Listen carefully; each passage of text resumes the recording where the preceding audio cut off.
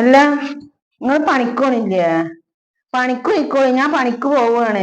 ഇമ്മ ഇപ്പൊ വരുവോ? ഉമ്മ വന്നാ ചോദിക്കും നിങ്ങള് പണിക്ക് പോയില്ലേന്ന്. ഉമ്മ പണിക്ക് പോയതാണ്. ഉമ്മ പണി കഴിഞ്ഞ് വരുമ്പോ നിങ്ങൾ ഇവിടെ ഇങ്ങനെ ഈ മൊബൈൽ കളിച്ചിരിക്കണ്ട.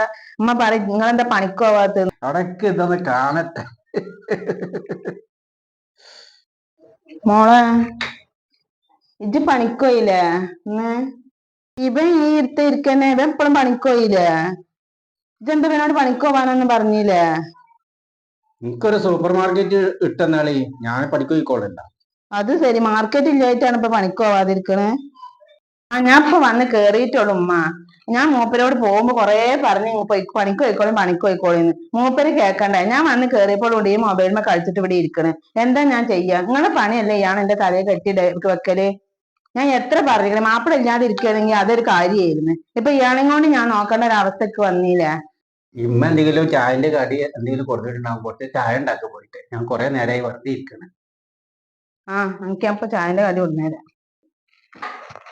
എന്നാ അങ്ങനെ തുണി ഉപ്പായ ജോലിക്കാച്ചാ പോയിക്കോ. കൊറേ കാലം അതിന്റെ മോളെ അടുത്ത് കഷ്ടപ്പെടുത്ത.